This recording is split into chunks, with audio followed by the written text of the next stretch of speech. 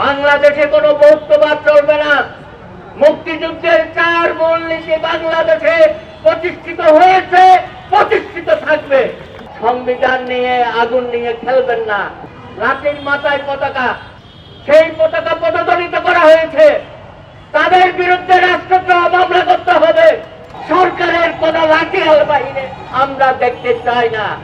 ইউনূস সরকার, আপনার চোখের সামনে এরকম ঘটনা ঘটল, আপনারা আবার কতগুলো নেগেটিভ তৈরি করেছেন, তাই না?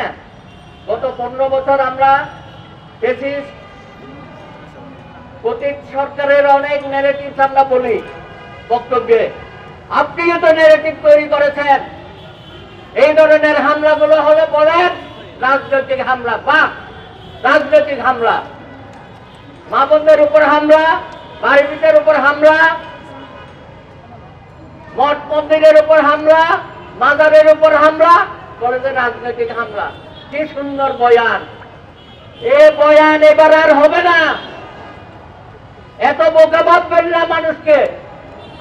আপনার লাঠিয়াল বাহিনী যে কাণ্ডটা করলো, এই দেখেন না, লাঠির মাথায় পতাকা, সেই পতাকা পদদলিত করা হয়েছে, তাদের বিরুদ্ধে রাষ্ট্রদ্রোহ মামলা করতে হবে।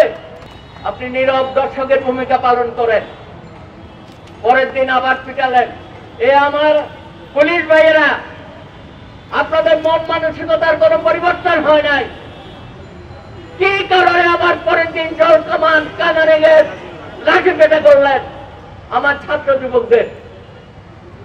সুতরাং এই যে পরিবর্তন, বৈষম্য বিরোধী আন্দোলনের মধ্য দিয়ে এর যে সফলতা, সেই সফলতাকে কেউ নষ্ট করতে পারবে না।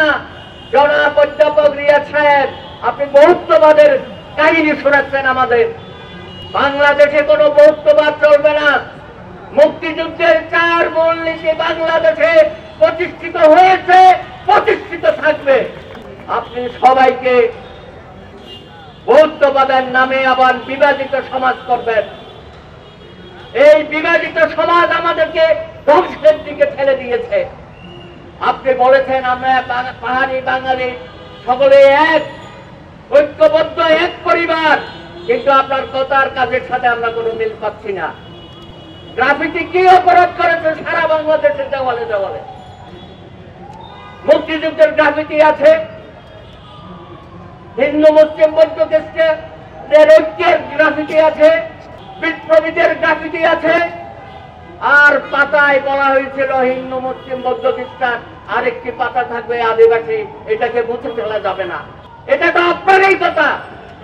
এদেশের তরুণরা যে গ্রাফিতি এঁকেছে সেটাই বাংলাদেশের ইতিহাস, মুক্তিযুদ্ধের ইতিহাস। সেটাকে অবশ্যই আমাদেরকে রক্ষা করতে হবে। সুতরাং যারা বলেছিলেন সংবিধান ছুঁড়ে ফেলে দেবেন, সংবিধান পুনর্লেখন করতে হবে, কোনো কিছুতেই কাজ হবে না। দয়া করে সংবিধান নিয়ে আগুন নিয়ে খেলবেন না।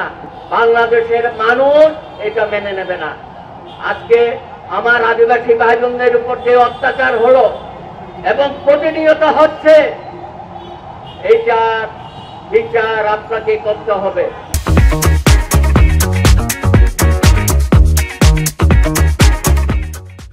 অনেকেই বলেছেন কমিশন গঠন করে, এই সভরেন্টি নামে যে সংগঠন, একটা লাঠিয়াল বাহিনী। বাংলাদেশে অতীতের মতো সরকারের কোন লাঠিয়াল বাহিনী আমরা দেখতে চাই না। এটা যদি অব্যাহত থাকে, অতীতের সরকার যারা টিকতে পারে না, আপনিও লাঠিয়াল বাহিনী দিয়ে ক্ষমতায় থাকতে পারবেন না। তাই আজকে বাঙালি, আদিবাসী, হিন্দু, মুসলিম, বৌদ্ধ, খ্রিস্টান সকলকে ঐক্যবদ্ধভাবে দেশের কাজে লাগাতে হবে। আমরা সকলেই বাংলাদেশের মানুষ।